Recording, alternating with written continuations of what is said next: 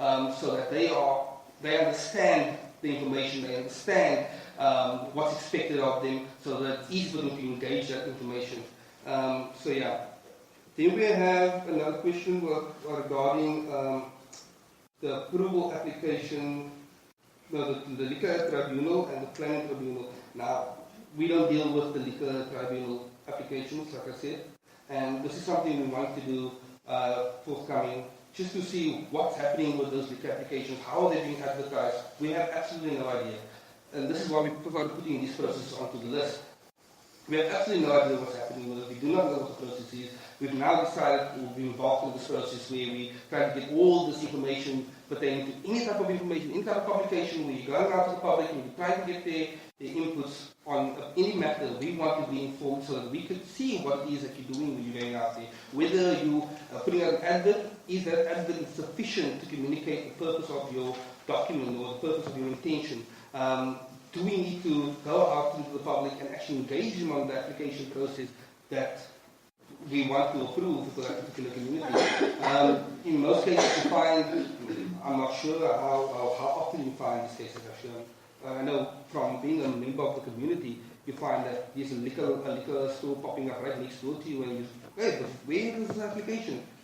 Funny enough, there has been an application, we just didn't know about it. And that type of things we don't want. We don't want the members of the public to be waking up, because like I said, once again, we wake up or we realize about that something's, like I can say there's an error in the process, or we try to say there's an error in the process. So one way of getting around anything that you have a concern with is to discredit the thing itself.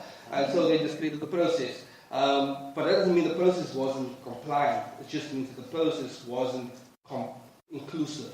So perhaps we should look at those type of things and try to create a more inclusive process for those. Thank you very much. You know your stuff. You love your stuff. You've had an hour. I still have a couple more questions you want me to answer. I can. I think that there were two that perhaps I just would like a very quick answer on. Are you going to use social media as one of your approved media formats? And is the current policy going to be completely rescinded? Yes or no? Okay, policy, we don't have a policy as a guidelines and SOP that's going to be completely rescinded. We're replacing it with the SOP, the new one. Social media, we're currently using Facebook, Twitter, and we also have an SMS line, which we've created now for the budget process. We're using it for all public participation processes. The WhatsApp idea, really like that idea, Mrs. Lockwood. We might try to implement something like that as well. And then, what was the other question? That's your lot. That's it. Thanks, Nathan, thank you.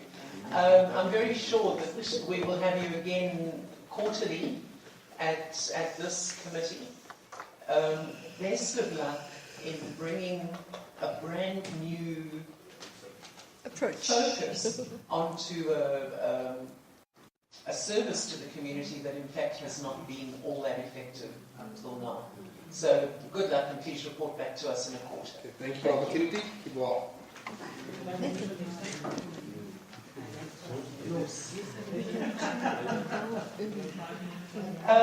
Committee members and officials, we will now move on to item 12, which I advertised Can I get a earlier. copy of that policy? Item 12 is area cleaning plan, beach cleaning plan for wards within Area South. Mr. Stevens, you are here. Over to you as soon as you're ready. Yeah, you've got about 2.5 minutes. Hi, morning, good afternoon, Madam Chair, councillors, colleagues. I think I was asked to speak about our functions as a winter preparedness. What you can see from the areas that we listed on the slide is that those areas that is listed are all those that is contracted out to a contract management administered by my colleague, Mr. Kagiso Me. Some of you know him. And he sees to most of the informal settlements and also the sandy areas. So the list of wards is predominantly where it is under his control. The next slide would represent wards not contracted out, and there we've basically, for the winter preparedness, we had a project in all areas that is under my supervision or my control, and we've requested that sub-council supply us with 15 workers and 2 team leaders, or 3 team leaders, for those areas, as can be seen below on the slide. And what has actually happened is that in those wards we've gone out and we've gone by EPWP and we've wanted to clean up the areas for a winter preparedness so that the areas are not flooding and as problematic with all kinds of other issues. And What rain? rain, the one that's coming in, Councillor. You haven't seen the storm yet. Okay, so basically we've been asking for 15 workers and 3 team leaders. And just if you look at the list, you'll see that in some cases we haven't reached all the targets from the sub-councils and the wards and whatever. In some cases we haven't received any. So the point of the matter I want to make is that we try to, first and foremost, is job creation. So somewhere on the line we're not meeting the targets. And we're not cleaning the areas of the various wards that we set to clean, because via the database or via whichever system we go, we are not getting the resources or the manpower. And that in itself causes problems, because your wards, your sub-councils are not being cleansed according to the way we would want to. And that becomes a problem for us. Okay? We're asking what kind of services do we render? Cleansing services. We outsource all animal carcasses. Animal carcasses being donkeys, cows, horses, dogs, except whales. Whales we do in-house. Okay, so that is one of the animal carcasses. Then, of course, the function we perform: street cleaning, litter bins, litter bin cleaning. And litter bin cleaning in itself, basically, litter bins are made predominantly in areas such as your business areas. Business areas is your Clermonts, your Mowbrays, your main roads coming from the main road going towards Fischhoek and Fischhoek itself, your town centres, and all along your high pedestrianised areas where you have a lot of feet walking. That is where predominantly we have our street poles, so that it can be serviced. And a street pole that is not serviced at least once a week, we do not want to have it in the area because it becomes more problematic.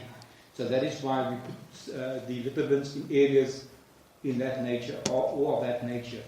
The next service we render is a water tank service.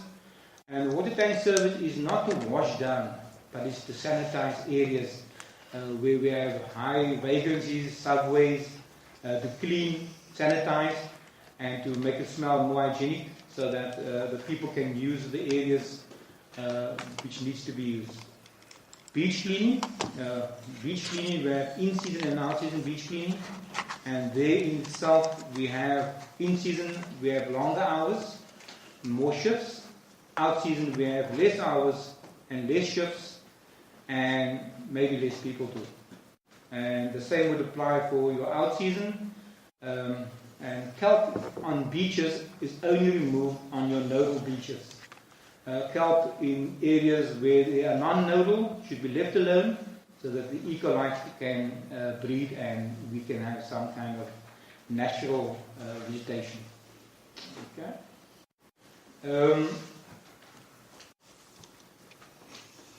Then we have the way we do cleaning in your residential areas. When we do it is basically on an ad hoc service, depending on the level of cleanliness.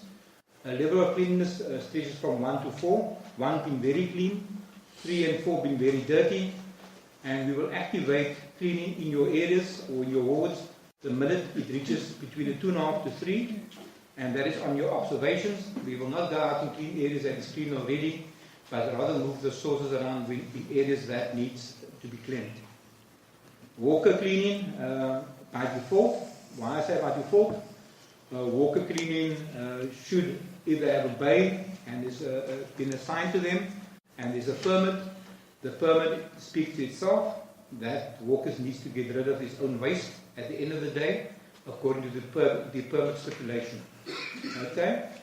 Festive season predominantly in the Deep South starts from the end of November, and it runs up until the first week in February, and then we start again in whenever Easter is. Easter more or less shifts around in April or late March. So depending when Easter is, we have 2 weeks of our festive season. Then of course cleaning services for events. That's on an ad hoc basis, on a quotation. If our client wants us to clean up, we will clean up, providing that we give them a quotation, unless the event is supported by council, and council comes and sponsors part of the event. We then perform that function on behalf of the City of Cape Town. Illegal dumping is a problem at the moment. It's right, it's out there, it's in our face, and it's always a problem. And there are various methods and methodologies of looking at how and where illegal dumping happens and for what reasons. There are reasons why illegal dumping happens. There are various methodologies of looking at it. And we are working on a document currently going forward. Okay, to explore alternative work streams, improve methods of doing businesses, and achieve level 1. Our desired outcome would always be a level 1. However, it's not always possible. Where possible, we perform that function and we get the area clean. And of course, we cannot do it without stakeholders.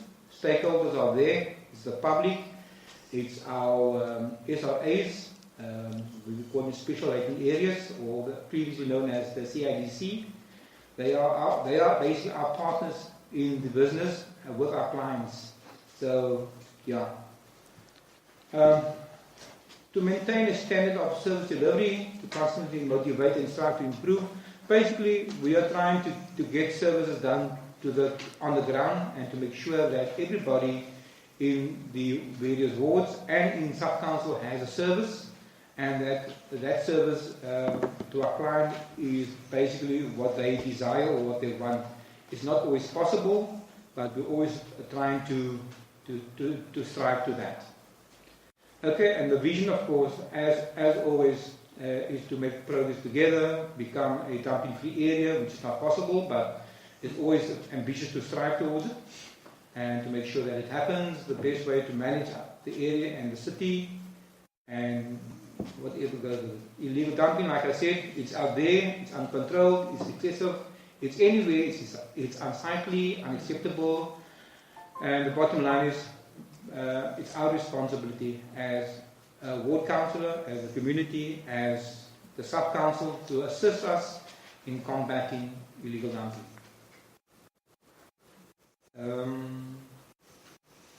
The rest slide is just basically where people, businesses that hasn't got trade agreements, would dump their things outside and anywhere, everywhere. And that is what we are faced with on a continuous basis.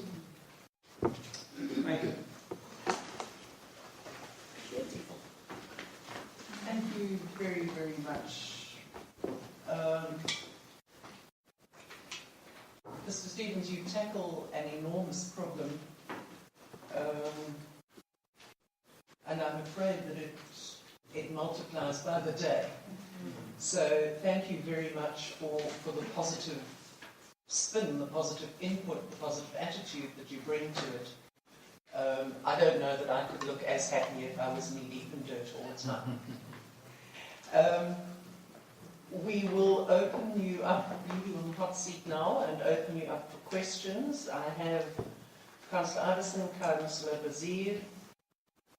Is that it? Councillor Iverson, please proceed. Sorry. You must sit in the line. Thanks, Madam Chair. I'd just like to pick up on the issue of events and cleaning up. And you said sometimes the city's contract do the cleanup after an event, by the time they do